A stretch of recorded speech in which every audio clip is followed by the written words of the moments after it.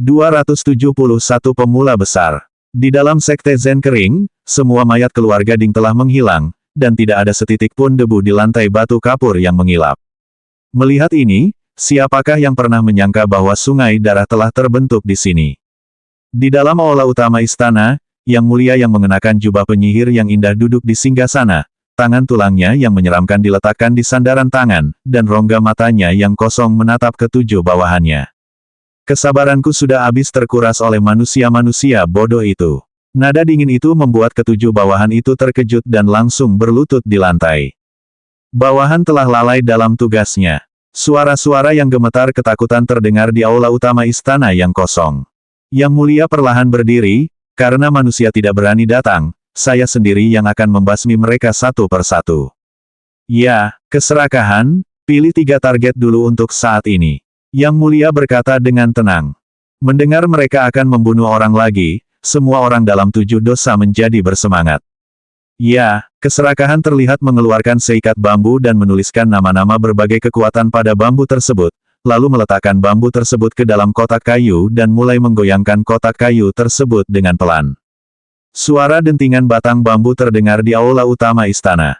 Nasib semua kekuatan saat ini digenggam oleh batang bambu. 3 batang bambu pertama yang terjatuh dari kotak kayu, dimusnahkanlah yang akan menjadi nasib mereka. Gemerincing. Salah satu batang bambu terjatuh dari kotak kayu dan ke tanah. Keserakahan mengambil tongkat bambu itu dan melihatnya. Melapor kepada Yang Mulia, target pertama telah muncul. Siapa? Keluarga Zi Selatan. Meski tidak ada yang tahu seperti apa keluarga Zi, mereka tidak peduli. Bagi mereka tidak masalah asalkan ada anggota keluarga. Keserakahan terus mengguncang kotak kayu itu. Yang Mulia, target kedua telah muncul, paviliun tanpa jejak selatan. Guncangan terus berlanjut. Target ketiga, Sekte Awan Selatan. Keserakahan menyimpan tongkat bambu. Tongkat bambu itu masih bisa digunakan di masa depan, metode memilih kekuatan mana yang akan dibunuh ini sangat mengasyikkan. Yang Mulia berkata pelan, kita akan membunuh satu kekuatan setiap hari. Aku akan benar-benar menikmati jeritan penderitaan manusia. Ya, sesuai dengan apa yang dikatakan Yang Mulia, itu berarti banyak orang tidak akan mati dengan cepat. Sekte Zen Kering dan keluarga Ding dapat dianggap beruntung karena mereka dapat mati tanpa rasa sakit. Mereka berdelapan menghilang dari aula istana utama Sekte Zen Kering dan menuju target pertama mereka, keluarga Zi. Saat ini, Ye Hua dan keluarganya kembali ke Leisure Bar. Si kecil kelelahan karena bermain di taman hiburan dan saat ini sedang tidur dalam pelukan ibunya. King Ya mendorong Ye Hua dan bersiap menuju kamar tidur. Tunggu, ayo kita pergi dan lihat Ye Zizi dan King Yutong dan lihat apa yang sedang mereka lakukan sekarang. Ye Hua tiba-tiba berkata. Apa lagi yang bisa mereka lakukan sekarang? Kemungkinan besar mereka sedang asyik dengan permainan mereka. King Ya tersenyum lembut. Keduanya masuk ke kamar tidur King Yutong, dan King Yutong serta Ye Zizi terlihat tidak duduk di depan komputer, dan sebaliknya, mereka berbaring di tempat tidur dan memainkan game tertentu di ponsel mereka. Melihat keduanya sangat fokus memainkan game yang sedang mereka mainkan di ponsel mereka. Aneh sekali, mereka berdua sebenarnya tidak makan ayam. Apa yang kalian berdua lakukan? Tanya Ye Hua. Kakak ipar, jangan bicara, Zizi dan aku sedang sibuk membunuh naga itu sekarang.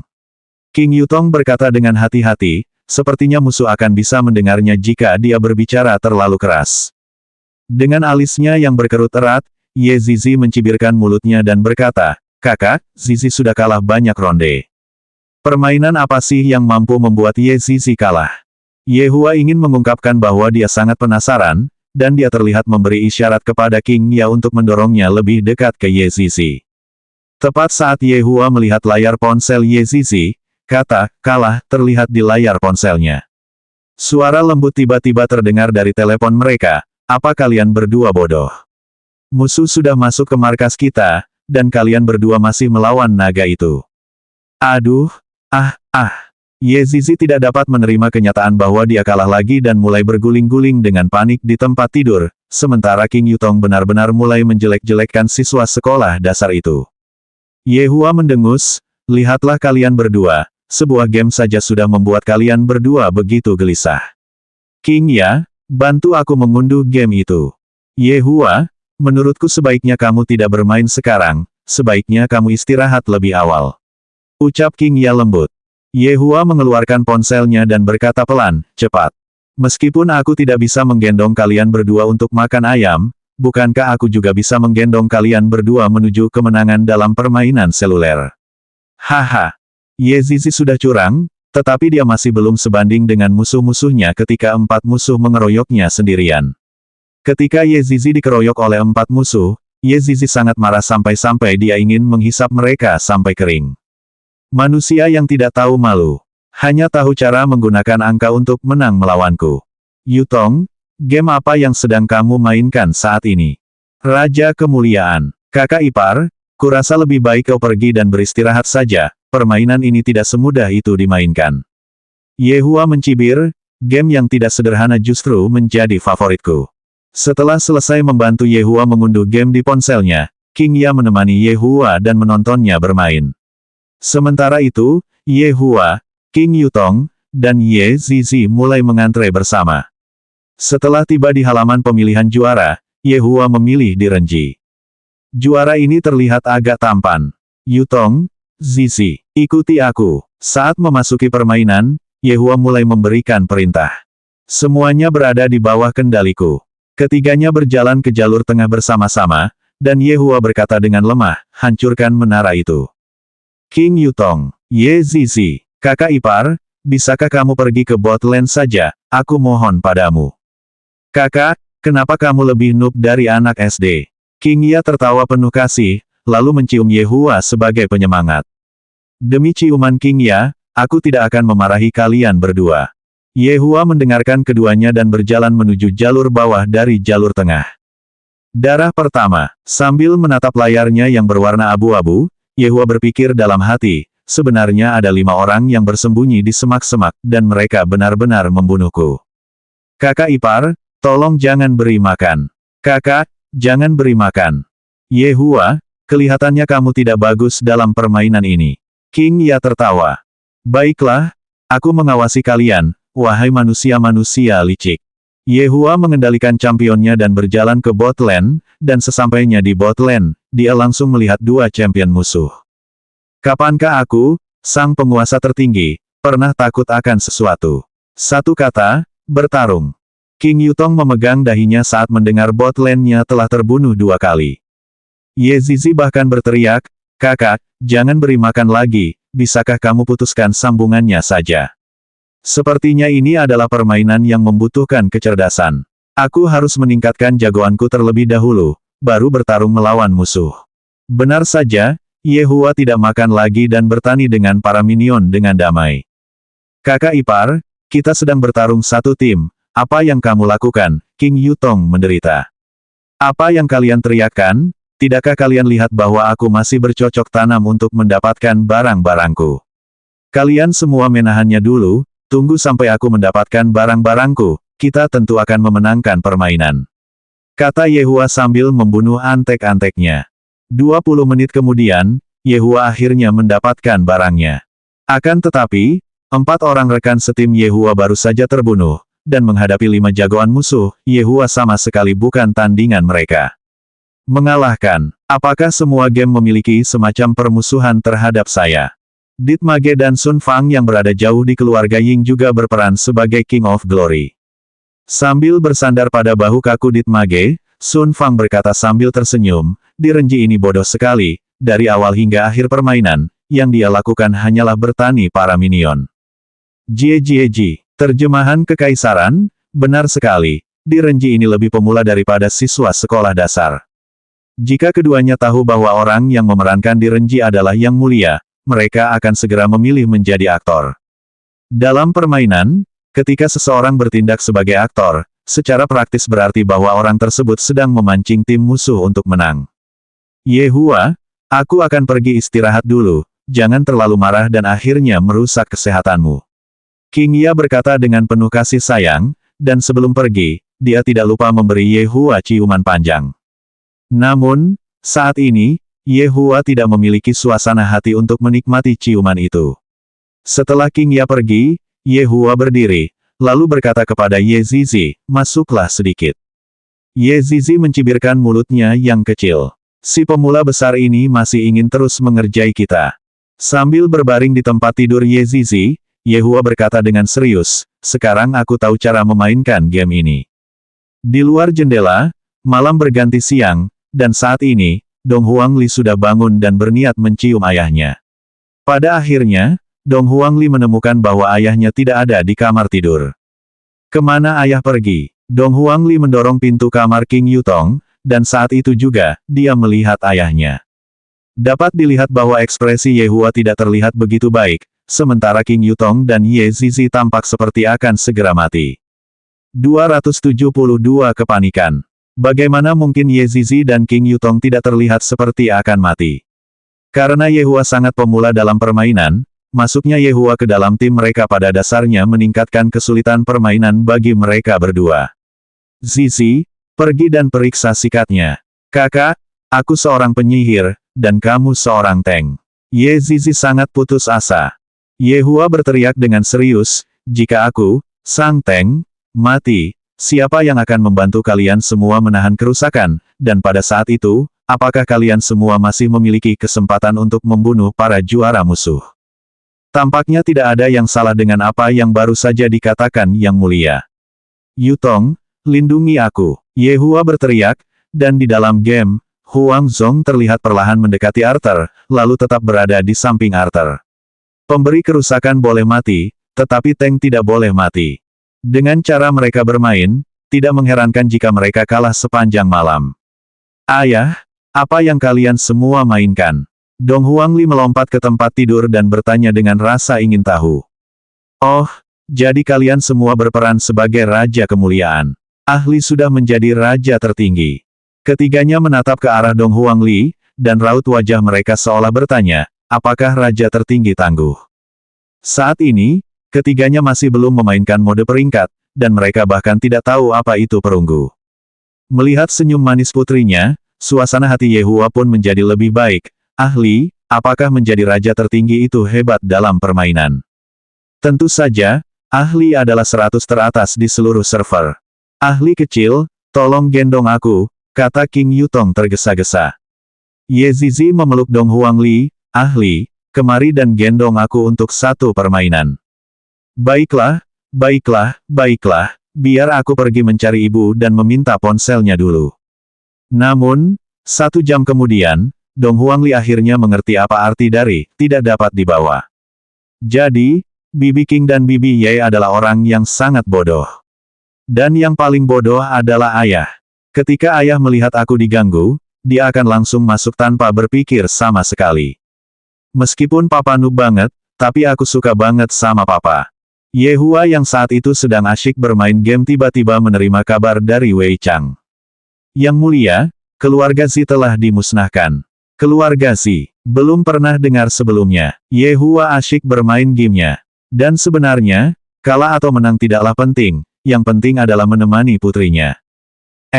Sebenarnya, bawahan ini juga belum pernah mendengar tentang keluarga Zi ini. Namun, menurut berita yang Sun Fang katakan kepadaku, kelompok pemalsu ini sangat kejam, dan cara mereka melakukan sesuatu sangat mirip dengan cara Yang Mulia melakukan sesuatu di masa lalu. Ada masalah seperti itu. Kalau begitu, biarkan saja mereka untuk saat ini dan lihat apa yang terjadi. Ya, Yehua tidak menyangka bahwa cara kelompok itu melakukan sesuatu ternyata sangat mirip dengan cara dia melakukan sesuatu di masa lalu. Meskipun merasa bahwa masalah ini sangat menarik, Yehua juga merasa sangat bingung. King Ya dan Dong Huang Baizi tiba-tiba muncul, dan ekspresi di wajah mereka sangat serius. Yehua tahu bahwa mereka pasti mengetahuinya dari berita itu. Yehua, aku akan melakukan perjalanan kembali ke alam tanpa kekosongan. Aku akan ikut dengan Baizi, kata King Ya. Yehua meletakkan teleponnya dan bertanya dengan serius, untuk apa kalian berdua pergi ke alam tanpa kekosongan? Dong Huang Baizi mengedipkan matanya yang indah, lalu berkata, aku hanya akan kembali untuk mengadakan rapat. Bagaimana denganmu? Yehua bertanya pada King Ya. Baizi berkata bahwa dia akan mengajariku cara menggunakan teknik.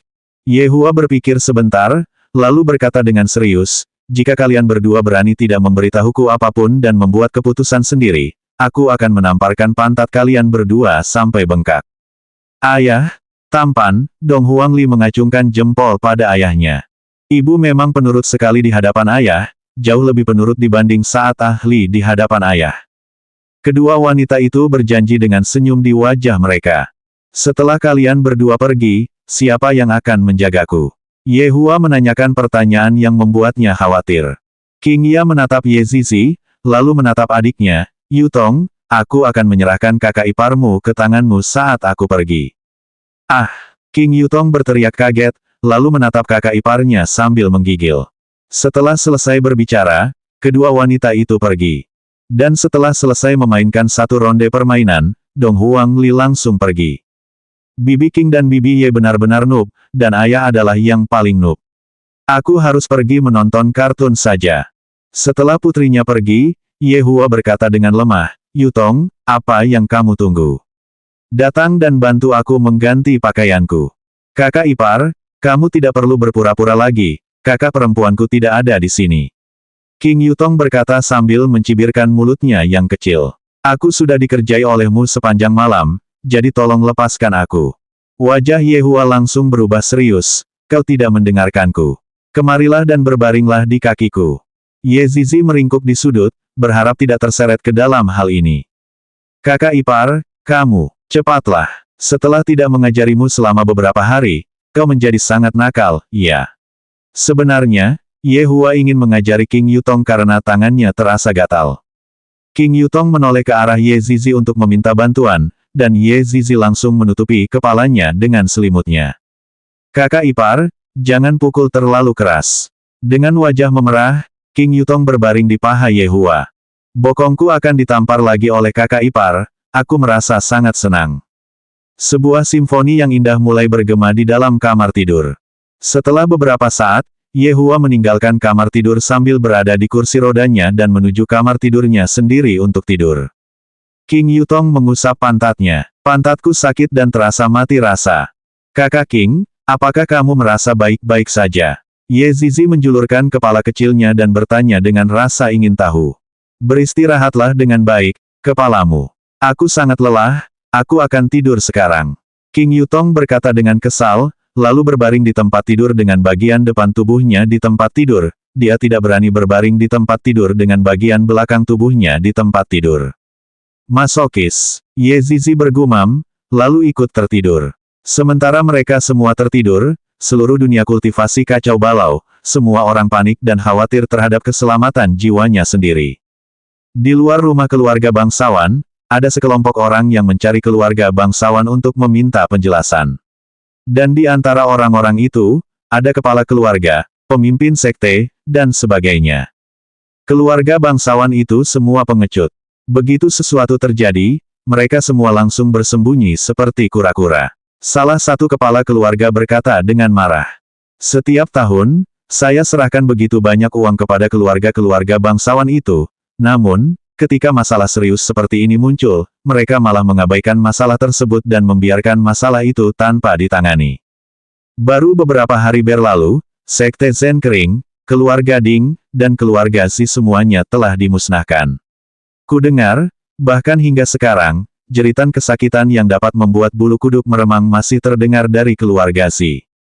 Tidak, ini tidak akan berhasil, kita harus meminta keluarga bangsawan untuk berurusan dengan kelompok orang itu. Keluarga bangsawan itu memiliki benda-benda dewa kuno, jika mereka tidak berani pergi dan berurusan dengan kelompok orang itu, mereka harus menyerahkan benda-benda dewa kuno mereka. Serahkan benda-benda dewa kuno itu, kalian semua tidak layak memiliki benda-benda dewa kuno itu. Serahkan benda-benda dewa kuno itu, kalian semua tidak layak memiliki benda-benda dewa kuno itu. Serahkan benda-benda dewa kuno itu, kalian semua tidak layak memiliki benda-benda dewa kuno itu. Teriakan terus-menerus terdengar di luar. Dan kepala keluarga keempat keluarga bangsawan yang duduk di dalamnya pun mengalami kesulitan. Kekuatan-kekuatan besar yang berada di atas kita tidak mau berurusan dengan kelompok orang itu, jadi apalagi yang bisa kita lakukan? Jika kita berurusan dengan kelompok orang itu sama saja dengan kita mengirim diri kita sendiri menuju kematian kita sendiri.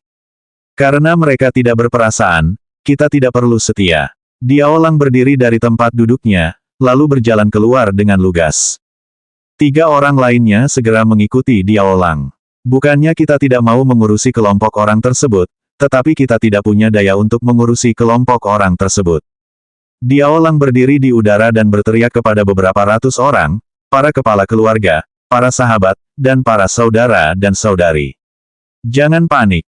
Teman-teman ibumu, cepat pergi dan bunuh sekelompok orang itu.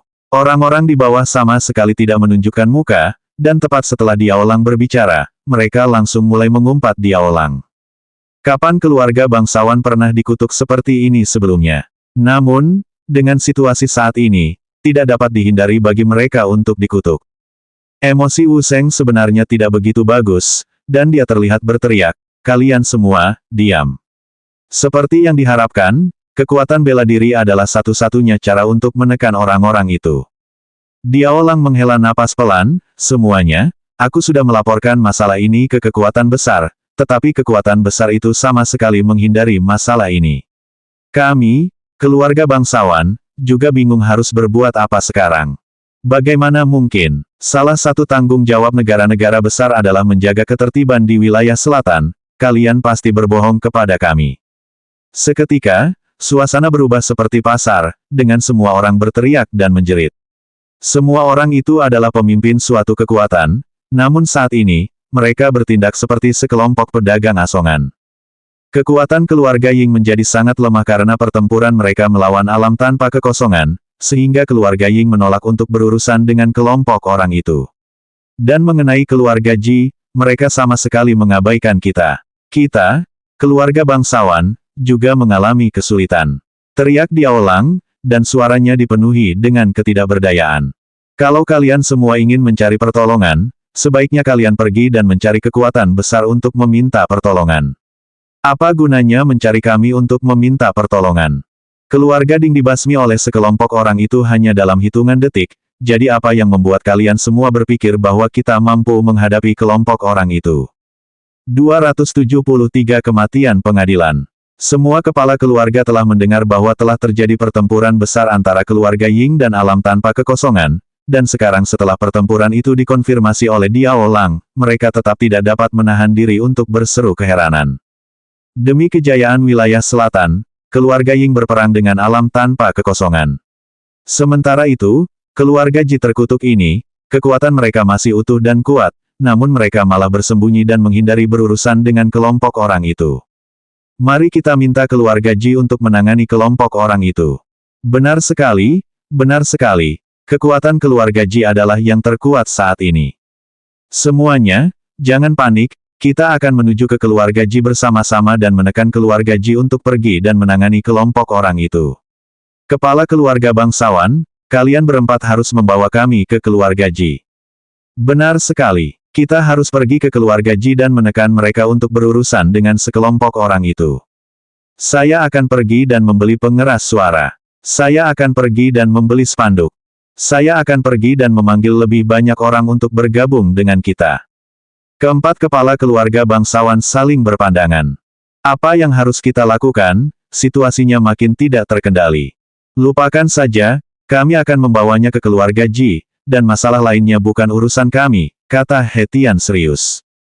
Gara-gara masalah ini, saya jadi pusing terus. Orang-orang seperti ini, kalau sudah takut dengan sesuatu, akhirnya tidak takut lagi dengan hal lain. 3 orang lainnya menganggukkan kepala mereka tanpa suara. Saat ini adalah satu-satunya cara untuk menyingkirkan orang-orang itu dari kita.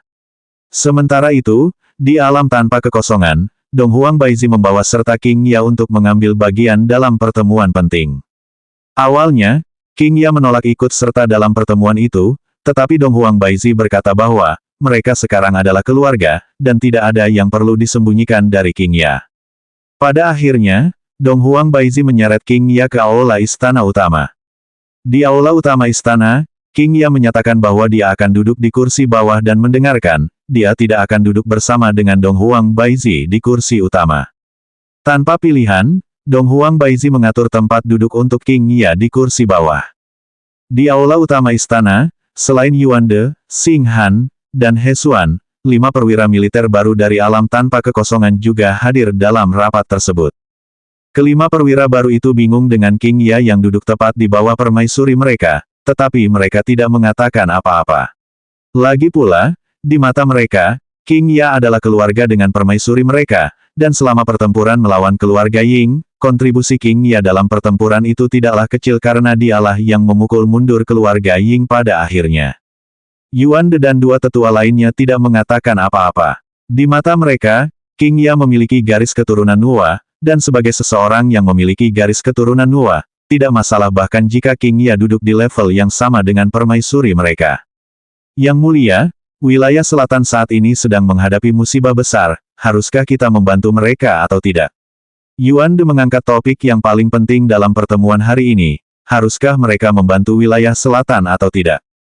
He Xuan menangkupkan kedua tangannya dan berkata, Yang mulia, masalah ini adalah masalah selatan sendiri, yang terbaik adalah kita, pihak utara, tidak ikut campur dalam masalah mereka. Xing Han setuju dengan perkataan He Xuan, Yang mulia, kekuatan alam tanpa kekosongan sudah sangat melemah akibat pertempuran melawan keluarga Ying. Tidaklah tepat bagi alam tanpa kekosongan untuk terlibat dalam pertempuran lagi secepat ini. Bagaimana mungkin Dong Huang Baizi tidak tahu tentang hal-hal itu? Namun, setelah mendengar bahwa satu demi satu keluarga telah dibantai, dia tidak tega mengabaikan masalah itu begitu saja. King Ya, apakah kamu punya pendapat tentang masalah ini? Dong Huang Baizi memilih untuk bertanya pada King Ya. King Ya juga mengerti segalanya. Dari sudut pandang alam tanpa kekosongan, alam tanpa kekosongan memang seharusnya tidak berperang lagi. Namun, dari sudut pandang keadilan, kekuatan jahat ini harus dimusnahkan. Menurutku, alam tanpa kekosongan tidak seharusnya ikut campur dalam masalah ini. Setelah mempertimbangkan seluruh Voidless Realm, King Ya memberikan pendapatnya sendiri. Bagaimanapun, King Ya tidak bisa bercanda dengan kehidupan orang lain. Dong Huang Baizi menghela napas ringan, dia mengerti apa yang ingin dikatakan King Ya. Kalian semua boleh pergi, kita akan membahas masalah ini lagi nanti. Dong Huang Baizi melambaikan tangannya. Dengan sangat cepat, hanya dua orang yang tersisa di aula utama istana. King Ya, tidak apa-apa jika kau mengutarakan isi hatimu sekarang. Sebagai seorang permaisuri, kemampuan Dong Huang Baizi dalam memahami sesuatu bukanlah hal yang bisa dianggap remeh. King Ya tertawa pelan, Baizi benar-benar mengerti aku. Setelah berhenti sejenak, King Ya melanjutkan dan berkata, kekuatan kelompok orang ini sangat kuat, oleh karena itu, bahkan jika kamu mengirim banyak orang ke selatan untuk menghadapi kelompok orang itu, orang-orang itu hanya akan membuang-buang nyawa mereka. Jadi, apa yang kau katakan? Dong Huang Baizi bertanya sambil mengernyitkan alisnya. Kita berdua bisa pergi ke selatan dan menangani sendiri kelompok orang itu. Dong Huang Baizi tidak menyangka keberanian King Ya akan sebesar ini. Setelah tercengang, Dong Huang Baizi mulai memuji King Ya dalam hatinya. Seperti yang diharapkan dari wanita yang dipilih Ye Hua, King Ya bukan sekadar vas bunga, dan keberaniannya sungguh luar biasa. Baiklah. Kita berdua akan pergi ke selatan dan berurusan dengan kelompok orang itu. Dong Huang Baizi langsung menyetujui ide King Ya. Namun, tak lama kemudian, ekspresi gembira di wajah Dong Huang Baizi sirna, karena suatu masalah muncul di benaknya. King Ya, karena hubunganmu dengan Ye Hua adalah yang terbaik, sebaiknya kau kembali dan memohon pada Ye Hua agar mengizinkan kami pergi ke selatan. Dong Huang Baizi berkata diam-diam, seolah-olah dia takut Ye Hua akan mengetahuinya jika dia berbicara terlalu keras. King Ya menggelengkan kepalanya, Ye Hua suka saat kau bersikap angkuh dan berkuasa. Kau harus kembali dan tunjukkan aura permaisurimu di depannya dan minta dia mengizinkan kita pergi ke selatan. Dong Huang Baizi langsung meringkuk, aku tidak berani. King Ya, menurutku sebaiknya kau pergi dan memohon pada Ye Hua. Bagaimana kalau kita kembali bersama dan merayunya agar setuju membiarkan kita pergi ke selatan? Sebuah ide bagus muncul di benak King Ya. Apakah itu bisa berhasil? Dong Huang Baizi bertanya dengan rasa ingin tahu. Pasti, King Ya sangat yakin itu akan berhasil. Dong Huang Baizi tersenyum lembut, mari, aku akan mengajarimu cara menggunakan teknik terlebih dahulu. Kita harus mempercepatnya. Jika Ye Hua tahu apa yang ada dalam pikiran mereka, dia pasti akan memberi mereka pelajaran. Kalian berdua pikir kalian sedang bermain rumah-rumahan, di mana kalian berdua bisa kabur kalau tidak bisa mengalahkan gerombolan pemalsu itu. Kedua istriku ini sungguh tidak tahu seberapa tingginya surga. Pagi-pagi sekali, Yehua yang berada di tempat tidur sedikit membuka matanya, lalu menggerakkan tangannya ke samping, tetapi sisinya benar-benar kosong. Mereka tidak pulang ke rumah. Apa maksudnya ini? Apakah mereka tidak tahu bahwa di rumah ada orang cacat yang perlu dirawat? Yang mulia, paviliun tanpa jejak telah dimusnahkan, tetapi penguasa paviliun, di sisi lain, masih hidup. Suara Wei Chang terngiang di kepala Yehua.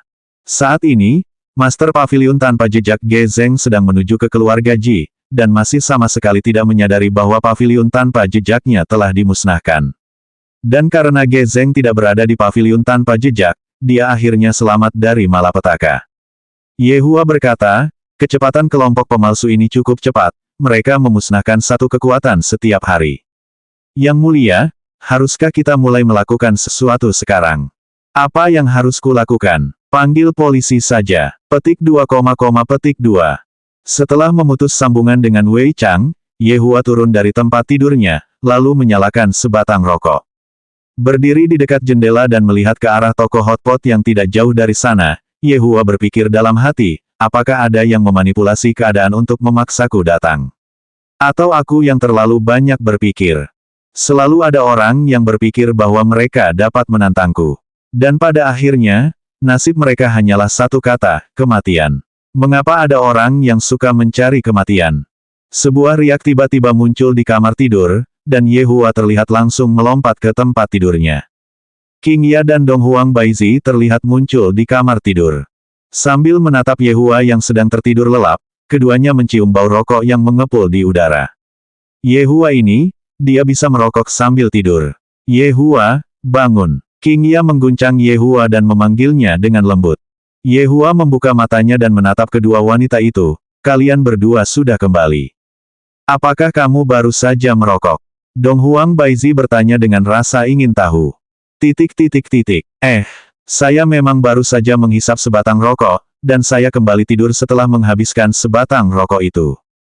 Melihat puntung rokok yang ada di ambang jendela, King Ya bertanya dengan bingung, mengapa puntung rokok ada di ambang jendela? Sial, apa maksudnya ini?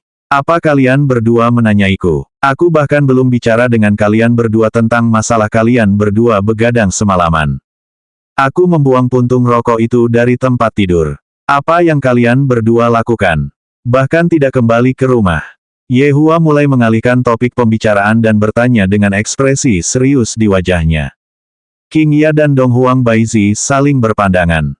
Sudah waktunya untuk memulai rencana kita. Kedua wanita itu tiba-tiba terlihat berbaring di sisi Yehua, lalu mengulurkan tangan mereka yang lembut ke pakaian Yehua dan membelai dada kokoh Yehua. Kamu Hua. Kedua wanita itu memanggil dengan penuh cinta, dan bahkan mencium Yehua. Hal ini menyebabkan Yehua menjadi asyik dengan apa yang dilakukan kedua wanita itu. Tidak, ada yang salah. Mereka tidak akan tiba-tiba memujiku tanpa alasan. Mereka berdua benar-benar mencoba merayuku. Benar-benar brilian. Tidak perlu banyak bicara, ini pasti ide King Ya. Yehua, kami bermaksud pergi ke selatan dan menghadapi kelompok orang itu sendiri. King Ya mencium pipi Yehua dan berkata dengan lembut. Dong Huang Baizi juga melakukan hal yang sama. Saat ini, wajah Yehua dipenuhi bekas ciuman merah. Sebagai seorang pria, bisa menikmati perlakuan seperti itu dari kedua wanita itu, Yehua seharusnya merasa sangat puas. Apakah hanya ini yang kalian berdua tawarkan? Jika memang begitu, kalian berdua meremehkan tekadku. Tidak, kalian berdua tidak diizinkan pergi ke selatan. King Ya dan Dong Huang Baizi tahu bahwa semuanya akan berakhir seperti ini, dan mereka berdua akhirnya menguatkan hati dan mengulurkan tangan halus mereka ke dalam celana Yehua. Hal ini menyebabkan alis Yehua berkedut. Mereka berdua benar-benar kejam. Rasanya sangat nyaman. Dong Huang Baizi berkata dengan malu-malu, Yehua, ayo kita pergi. Kita akan berangkat ke selatan besok, lalu kembali lagi lusa dan menemanimu tidur. King Ya menggigit bibirnya, dan tindakan King Ya ini membuat Yehua hampir menjadi gila. King Ya ini, dia terlalu memikat. Ini terasa luar biasa. 274 pemanja istri.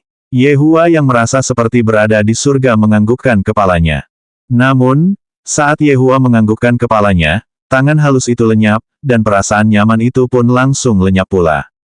Membuka matanya untuk melihat, tidak ada orang lain sama sekali di kamar tidur itu. Kalau saja bukan karena wangi tubuhnya yang masih tercium di udara, Yehua pasti mengira semua ini hanya mimpi. Yehua mengusap dahinya dan berpikir, kedua penipu itu berani sekali menipuku.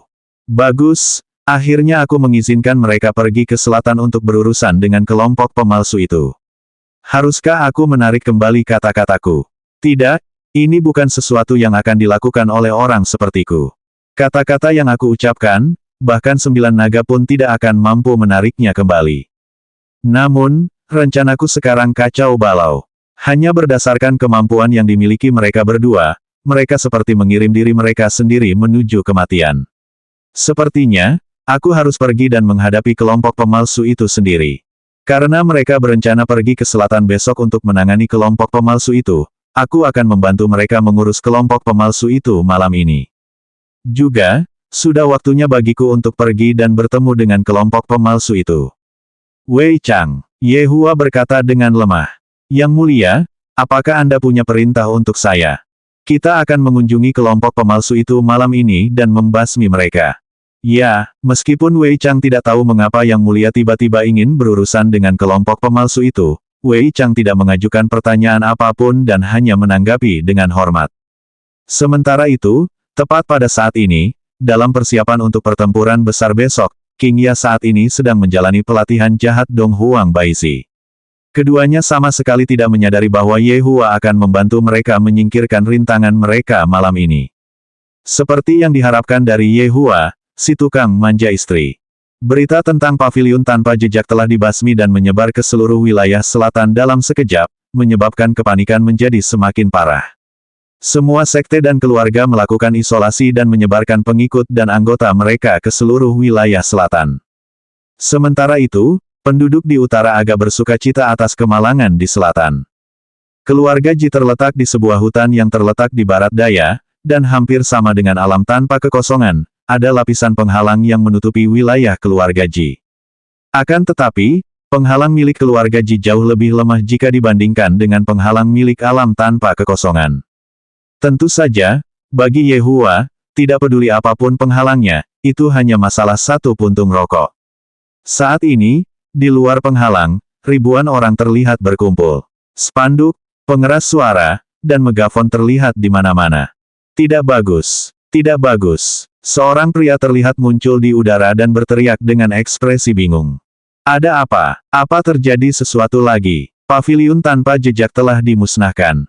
Saat ini, Ge Zeng sedang memegang megafon dan mengumpat keluarga Ji karena tidak tahu malu dan masih belum menyadari situasi di belakangnya.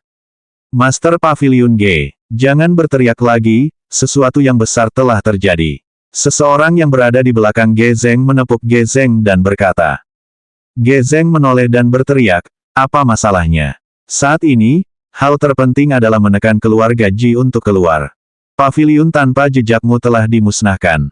Ekspresi Ge Zeng langsung membeku, dan megafon di tangannya jatuh ke tanah. Apa katamu? Paviliun tanpa jejakku telah dimusnahkan. Benar sekali, berita tentang masalah ini baru saja tiba beberapa waktu yang lalu. Ge Zeng tiba-tiba memegang dahinya, dan dia tampak seperti hendak jatuh ke tanah. Untungnya, seseorang di belakangnya memeganginya. Setelah beberapa lama, Ge Zeng berdiri tegak. Dengan mata merah, Ge Zeng mengumpulkan energi spiritual ke tangan kanannya dan menghantamkan tinju kanannya ke penghalang, dasar pengecut. Keluar. Bang! Tinju Ge Zeng yang mendarat di penghalang itu bahkan tidak menimbulkan riak sedikit pun pada penghalang itu. Melihat itu, semua orang terdiam. Menghadapi sekelompok orang itu, kita tidak berdaya melawan mereka, dan bahkan orang penting seperti keluarga Ji tidak berani pergi dan berurusan dengan sekelompok orang itu. Jika demikian, apa yang dapat kita lakukan terhadap sekelompok orang itu? Apa yang kalian semua lakukan dalam keadaan linglung? Hari ini, paviliun tanpa jejakku adalah satu-satunya yang akan dimusnahkan, dan besok, kekuatan kalian mungkin akan menjadi yang berikutnya yang dimusnahkan. Jika keluarga Ji ini tidak pergi dan berurusan dengan sekelompok orang itu, kita semua akan mati di tangan sekelompok orang itu. Apa yang baru saja dikatakan Ge Zeng cukup efektif. Setelah mendengar apa yang dikatakan Ge Zeng, semua orang penting mulai menyerang penghalang keluarga Ji. Namun, serangan mereka tidak berguna bagi penghalang itu. Di bagian dalam keluarga Ji, ketiga bersaudara itu sedang duduk di sebuah paviliun dan minum teh, sama sekali tidak peduli dengan kehidupan dan kematian orang-orang yang ada di luar. Kakak, haruskah aku keluar dan membunuh mereka semua? Lihat betapa hebohnya mereka di luar keluarga Ji kita. Ji mendengus. Ji benar-benar membenci orang-orang itu. Jiteng tertawa, kakak kedua, jika orang-orang itu semua terbunuh, kita akan menjadi terkenal. Kalau tidak, apakah kita harus mendengarkan orang-orang itu mengumpat kita setiap hari? Ji sangat muram. Aku tidak menyangka akan datang harinya di mana orang lain akan mengumpat kita, namun aku tidak diizinkan melakukan apapun kepada orang-orang itu. Sebagai kepala keluarga, sambil tersenyum, Ji Zizen perlahan meletakkan cangkir tehnya di atas meja, lalu berkata, setelah mengumpat kita selama beberapa hari, orang-orang itu akan lelah dan pergi. Pada saat itu, kita bisa dengan santai menuduh mereka melakukan kejahatan, lalu membunuh beberapa dari mereka untuk mengintimidasi yang lain. Kakak memang pintar. Ji meredakan amarahnya, lalu menangkupkan kedua tangannya dan berkata, namun, harus dikatakan bahwa, kekuatan tak dikenal itu memang sombong. Jika bukan karena mengalahkan dua kekuatan besar lainnya, kekuatan tak dikenal itu pasti sudah lama dimusnahkan oleh keluarga Ji kita. Ji Zizen tertawa kecil. Ji Zizen mengambil teko, lalu menuangkan teh untuk dirinya dan kedua saudaranya. Terima kasih, kakak. Sudut mulut Ji Zizen sedikit terangkat, di masa depan, masih banyak masalah sulit yang harus aku bantu dengan susah payah dari kalian berdua. Melakukan sesuatu untuk keluarga Ji adalah bagian dari tugasku. Kakak, kamu terlalu serius dengan kata-katamu. Kedua saudara itu berdiri dan berkata dengan hormat. Ji Zizen sangat puas dengan sikap kedua saudaranya. Hari ini, Ye Hua tidak ada kegiatan apapun, dan kedua istrinya juga tidak ada di sisinya. Oleh karena itu, Ye Hua pergi menemani putrinya menonton kartun. Ayah, mengapa Wolfie tidak bisa makan sampai satu pun kambing setiap saat? Wolfie sangat menyedihkan. Sambil berbaring di pelukan ayahnya, Dong Huangli bertanya dengan rasa ingin tahu. Pertanyaan ini membuat Ye Hua menjadi sedikit senang. Sepertinya putriku mirip denganku. Ye Hua tertawa pelan, Wolfie hanya bermain-main dengan kambing-kambing itu. Kalau dia benar-benar ingin memakannya, dia bisa melakukannya dengan mudah. Dong Huangli tidak begitu mengerti apa yang dikatakan Ye Hua. Ye Hua membimbing dengan penuh perhatian. Makhluk kuat meremehkan pembunuhan makhluk lemah, namun makhluk kuat mampu mengendalikan makhluk lemah dan memanfaatkan makhluk lemah untuk menghibur diri mereka sendiri. Sekarang karena King Ya dan Dong Huang Baizi tidak ada di sini, Ye Hua mulai menanamkan pemikiran sesat pada putrinya. Lalu, apakah ahli makhluk kuat atau makhluk lemah? Dong Huangli menunjuk dirinya sendiri. Mendengar perkataan ayah, aku seolah menjadi makhluk lemah. Ye Hua tertawa, di masa depan, ahli secara alami akan menjadi makhluk yang kuat, dan semua orang harus mendengarkan apa yang dikatakan ahli. Benarkah? Apakah ahli akan menjadi makhluk yang kuat di masa depan? Tapi ahli ingin menemani ayah selamanya. Dong Huangli memeluk ayahnya. Dia sepertinya berpikir bahwa jika dia menjadi makhluk yang kuat, dia tidak akan bisa bersama ayahnya lagi. Sambil menepuk punggung putrinya, Ye Hua berkata pelan, ahli, setiap anak harus mandiri cepat atau lambat. Kamu tidak bisa selalu berada di sisi ayah dan ibu, akan ada saatnya kamu harus melambung tinggi. Ahli tidak ingin mandiri, ahli ingin bersama ayah selamanya dan merawat ayah. Ye Hua tidak berdaya. Anak-anak memang seperti ini, mereka sangat dekat dengan orang tua mereka. Saya akan membicarakan topik ini lagi dengan ahli di masa mendatang, dan jika keadaan menjadi lebih buruk, saya akan melepaskan ahli ke alam liar. Anak-anak saya harus belajar berdiri sendiri, tidak peduli apakah mereka laki-laki atau perempuan. Ini semua demi kebaikan mereka sendiri. Di dunia ini di mana yang kuat memangsa yang lemah, seseorang hanya bisa bergantung pada diri mereka sendiri, dan sebagai seorang ayah, yang paling bisa saya lakukan adalah membimbing ahli agar menjadi mandiri dan kuat. Setelah selesai menonton kartun tersebut, pada sore hari, Ye Hua mulai mengajarkan teknik ahli. Harus dikatakan bahwa ahli sangat cepat dalam mempelajari berbagai hal, tidak peduli teknik apa yang Ye Hua coba ajarkan kepada ahli ahli mampu memahami dasar-dasar teknik tersebut setelah diajari hanya sekali atau dua kali. Bagi seorang anak, ini bisa dianggap sebagai prestasi yang sangat luar biasa. Langit berangsur-angsur menjadi gelap, dan setelah makan malam, Yehua bermain King of Glory bersama putrinya, Ye Zizi, dan King Yutong. Dan setelah Yehua selesai mengerjai ketiga gadis dalam permainan, Yehua membaringkan putrinya yang saat itu sedang tidur di tempat tidur besar, lalu memberikan mantra pada putrinya yang membuat putrinya tidur nyenyak. Setelah itu, Yehua menggunakan mantra bayangan cermin, dan bayangan cermin Yehua terlihat tertidur di tempat tidur. Kalau istriku pulang dan melihat aku tidak ada di rumah, itu tidak akan baik. Kali ini, Yehua tidak bermaksud membawa terlalu banyak orang, dan dia hanya membawa Wei Chang bersamanya. 275 dua yang terhormat berhadapan satu sama lain. Keduanya tiba di langit di atas keluarga Zi dan memandang keluarga Zi yang ada di bawah mereka. Keluarga Zi ini tergolong kaya, rumah mewah yang mereka tinggali sungguh mewah. Seperti yang diharapkan, saya seorang suami rumah tangga yang baik yang tidak menghabiskan banyak uang. Saat ini, jeritan kesakitan masih terdengar dari keluarga Zi, dan dilihat dari jeritan itu, situasi di dalam keluarga Zi jelas tidak terlalu menjanjikan. Namun, Yehua tidak terlalu peduli tentang itu. Yang mulia, bawahan mampu mengurus orang-orang itu sendirian, yang mulia bisa tinggal di sini dan menonton sementara bawahan mengurus orang-orang itu. Wei Chang sedikit melengkungkan tubuhnya dan berkata, nadanya dipenuhi dengan ketulusan. Yehua mengeluarkan sebatang rokok dan menyalakannya, ada juga tiruanku. Aku cukup tertarik bertemu dengan tiruanku. Kelompok pemalsu ini langsung mati saat mereka menyinggung Yang Mulia. Martabat Yang Mulia tidak boleh diinjak-injak oleh siapapun. Wei Chang berteriak dengan serius, dan aura yang keluar darinya bahkan lebih pekat daripada saat keluarga Ying bertarung dengan alam tanpa kekosongan. Aura Wei Chang menarik perhatian orang-orang yang berada di bawah mereka, dan orang-orang itu terlihat melihat ke arah langit. Yehua berkata dengan tenang, Wei Chang, ikuti aku.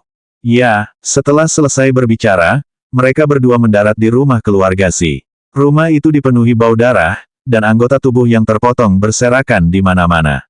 Pemandangan ini saja sudah cukup membuat orang ingin muntah. Sambil menghisap rokoknya, Yehua berjalan di depan, dan Wei Chang dengan hormat mengikuti di belakang Yehua. Selamatkan aku, selamatkan aku. Ketika seorang pria yang tergeletak di tanah melihat Wei Chang dan Yehua muncul, pria itu buru-buru memanggil mereka berdua untuk meminta bantuan sambil perlahan merangkak ke arah mereka berdua, meninggalkan jejak darah di halaman. Yehua terdiam menatap lelaki itu, lalu meneruskan langkahnya menuju rumah mewah yang tak jauh darinya. Wei Chang memandang lelaki itu, lalu melambaikan tangannya pelan dan mengakhiri penderitaan lelaki itu. Lelaki itu meninggal dengan mata terbuka lebar, tampaknya ia tidak meninggal dengan tenang. Pria itu awalnya mengira kalau kedua orang yang muncul itu datang untuk menyelamatkan keluarga Zi, tapi siapa sangka. Sejak awal, Yehua bukanlah orang baik, dan sebagai bawahannya, Wei Chang pun tidak berbeda. Yehua dan Wei Chang berdiri di samping sebuah air mancur, dan saat ini, air mancur itu sudah diwarnai merah oleh darah, dan air mancur itu sekarang menyemprotkan darah merah terang. Pemandangan yang mengerikan untuk dilihat. Jeritan kesakitan yang keluar dari rumah itu tiba-tiba berhenti. Dari apa yang terlihat, orang-orang di dalam rumah itu pasti telah menemukan Yehua dan Wei Chang. Wei Chang, lihatlah keluarga-keluarga itu, mereka benar-benar tahu bagaimana menikmati hidup. Yehua menjentikkan abu rokoknya, lalu mendesah. Dulu, saya juga menikmati hidup dengan hal-hal yang bersifat materi, tetapi pada akhirnya, hal-hal yang bersifat materi itu fana. Selama saya bersama orang-orang yang penting bagi saya, hidup adalah suatu kenikmatan dimanapun saya berada. Wei Chang berkata dengan hormat, manusia mencari uang agar bisa menikmati hidup, dan itu sudah terjadi sejak lama. Benar, oh, benar juga, aku akan menaikkan gajimu menjadi 2 kali lipat dari gajimu saat ini. Wei Chang segera berlutut dan berkata sambil merasa tersentuh, terima kasih, Yang Mulia. Tidak perlu berterima kasih padaku, King ialah yang menaikkan gajimu.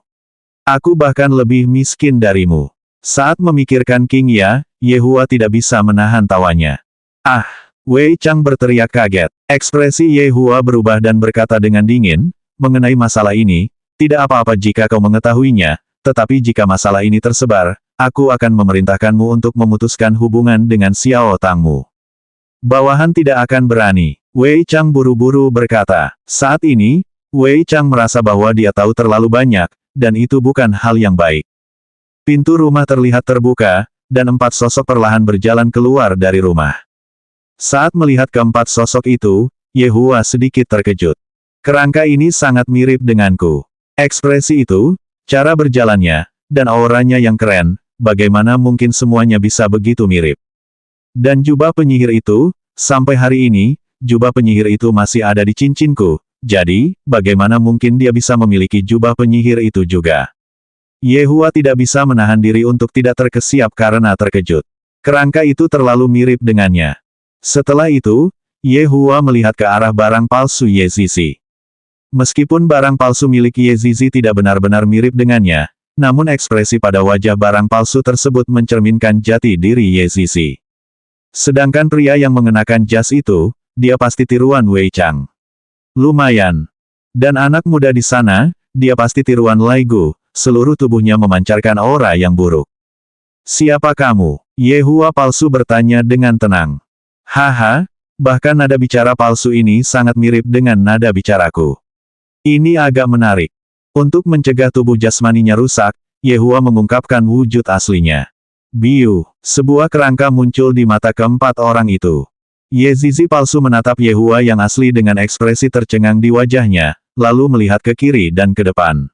Ada 2 yang terhormat. Bukan hanya Ye Zizi palsu yang tercengang, bahkan Ye Hua palsu juga tercengang. Wei Chang palsu kembali sadar dan berteriak marah, berani sekali. Berani sekali meniru Yang Mulia. Lengan Wei Chang palsu tiba-tiba berubah menjadi binatang buas. Gigi binatang buas itu seakan mampu menggigit semua jenis benda di dunia ini menjadi 2. Dan air liur lengket yang menetes dari mulut binatang buas itu cukup untuk membuat orang merasa jijik dan takut pada saat yang bersamaan. Setelah melihat itu, Wei Chang sendiri juga sangat terkejut. Barang palsu ini terlalu mirip denganku. Kedua binatang buas itu menyerang Ye Hua. Ye Hua menghisap rokoknya, dan tanpa tubuh jasmaninya, sama halnya dengan Dit Mage, asap mulai keluar dari tubuh kerangkanya. Wei Chang, apakah kamu mungkin punya adik laki-laki?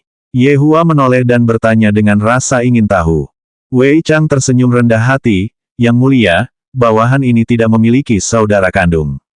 Sayang sekali, Yang Mulia, Anda dapat menyerahkan ketiga barang palsu itu kepada bawahan. Niat membunuh muncul di mata Wei Chang. Berani bersikap kurang ajar di hadapan Yang Mulia. Ini tidak bisa dimaafkan. Luangkan waktu untuk bermain dengan mereka, jangan sampai membuat mereka takut terlalu cepat. Ya, tangan kanan Wei Chang mulai menggeliat, dan sama seperti Wei Chang palsu, tangan kanan Wei Chang berubah wujud menjadi seekor binatang buas. Ketiga binatang itu tampak sama persis, akan tetapi, ukuran binatang yang diubah oleh tangan kanan Wei Chang jauh lebih besar. Dan ketika ukuran binatang itu makin besar, berarti mulut binatang itu juga makin besar. Dengan sekali gigitan, binatang besar itu menggigit kedua binatang itu, lalu dengan paksa melepaskan kedua binatang itu dari tangan si Wei Chang palsu dan menelan kedua binatang itu utuh. Wei Chang palsu sangat terkejut saat dia menarik kembali lengannya.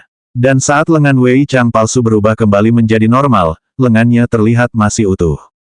Kalian bertiga, kemarilah. Wei Chang menunjuk ketiga barang palsu itu dan berteriak, lalu berjalan ke samping. Ye Hua palsu berkata dengan lemah, teruskan. Wajar saja jika seorang bos bertarung melawan bos lainnya, dan bawahan bertarung melawan bawahan. Ada beberapa pertanyaan yang ingin kutanyakan padamu, kata Ye Hua samar-samar. Aku juga punya beberapa pertanyaan yang ingin kutanyakan padamu. Ye Hua palsu berkata dengan lemah. Nada bicara mereka berdua sama persis, tidak mungkin membedakan siapa yang mana dari nada bicara mereka. Kalau seseorang benar-benar harus membedakan siapa adalah siapa, mereka hanya akan mampu melakukannya dengan menilai kekuatan keduanya. Ye Hua menjentikkan abu rokoknya, lalu bertanya, dari mana asalmu? Tentu saja, aku datang dari dunia lain. Lalu, dari mana asalmu? Oh, dia benar-benar datang dari dunia lain juga. Mungkinkah dia datang dari tempat yang sama denganku? Atau mungkin dia datang dari tempat yang disebut manusia sebagai alam semesta paralel? Ini benar-benar mistis. Sungguh kejutan besar. Yehua berkata dengan lemah, tentu saja, aku juga datang dari dunia lain. Setelah mendengar jawaban Yehua, ekspresi si palsu Yehua masih sangat tenang, sementara itu, ketika Yehua mendengar jawaban si palsu beberapa saat yang lalu, ekspresinya jauh lebih ekspresif dibandingkan dengan si palsu. Menatap barang palsu di depannya, Yehua merasa barang palsu itu tampak persis seperti dirinya 5 tahun lalu. Pertanyaan terakhir, bagaimana kamu bisa datang ke dunia ini? Yehua bertanya dengan serius. Pertanyaan yang diajukan Yehua ini sangat penting. Yehua palsu menarik napas dalam-dalam, lalu menatap langit dan berkata, aku ditipu oleh manusia yang penuh kebencian. Namun, aku pasti akan membalas dendam pada manusia-manusia itu. Yehua tidak dapat menahan diri untuk tidak terkesiap karena takjub sekali lagi. Bukankah ini terlalu tidak masuk akal? Apakah dia tiruan diriku, atau dia diriku di masa lalu? Lalu, bagaimana kamu bisa datang ke dunia ini? Si palsu menanyakan pertanyaan yang sama seperti yang ditanyakan Yehua padanya. Keduanya tampak seperti dua sahabat lama yang tengah asyik berbincang-bincang, sementara itu, di seberang sana, keempat orang itu tengah bertarung dengan sengit, dan rumah mewah itu telah hancur menjadi puing-puing oleh mereka. Pikiran Yehua kembali ke masa lalu, aku dulu sama sepertimu, aku ditipu oleh manusia. Namun, daripada mengatakan bahwa aku ditipu oleh manusia, lebih baik aku mengatakan bahwa itu karena kepemimpinanku yang arogan yang menyebabkan aku berakhir datang ke dunia ini. Tidak ada yang salah dengan kepemimpinanku. Jangan bicara omong kosong. Nada bicara Yehua palsu tampaknya sedikit berubah, Yehua palsu sangat marah saat ini. Mendengar itu, Yehua tertawa terbahak-bahak, kamu sama persis seperti aku 5 tahun lalu. Kesombongan itu, keengganan untuk menerima apa yang telah terjadi, kamu masih belum menyadari kesalahanmu sendiri. Hal-hal yang telah kulakukan, semuanya benar. Dan meskipun salah, itu tetap benar dan salah. Selanjutnya bab 276 kesenjangan.